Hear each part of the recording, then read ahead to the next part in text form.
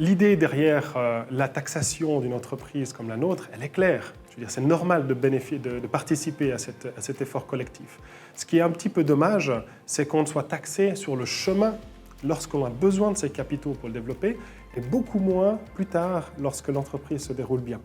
On bénéficie déjà d'exemptions fiscales. Il y a déjà des outils qui sont extraordinaires, qui permettent à ces entreprises comme les nôtres de fonctionner, mais on comprend mal pourquoi, lors d'un exit, la personne qui va s'enrichir ne va plus finalement être vraiment taxée, alors qu'on va la taxer tout au long des années sur des fortunes virtuelles qui peuvent parfois être relativement importantes et qui va permettre finalement à l'entrepreneur de moins s'engager dans son projet.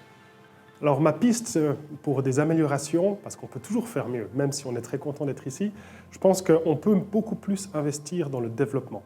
La Suisse et le canton particulièrement sont extrêmement forts pour soutenir la recherche et le développement aussi, mais on a vraiment un manque en ce qui concerne le soutien d'entreprises qui vont amener ces innovations sur le marché. Nous, on pense que dans certains secteurs et pour certains projets, l'État devrait aussi s'investir beaucoup plus. On comprend mal pourquoi on arrive à débloquer des budgets qui se comptent en centaines de millions, en milliards pour refaire des routes, pour faire de la défense, pour faire des projets sociaux et qu'on n'est pas finalement capable ou qu'on n'a pas la volonté d'investir un petit peu pour amener certains projets clés qui pourraient baisser l'enveloppe globale de ces projets gouvernementaux à travers des projets comme les nôtres.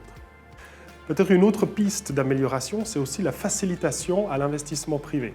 Il faut comprendre qu'aujourd'hui, une personne privée qui a de l'argent a plus d'intérêt à acheter un chalet à Verbier que d'investir dans une start-up high-tech, parce que le risque est différent.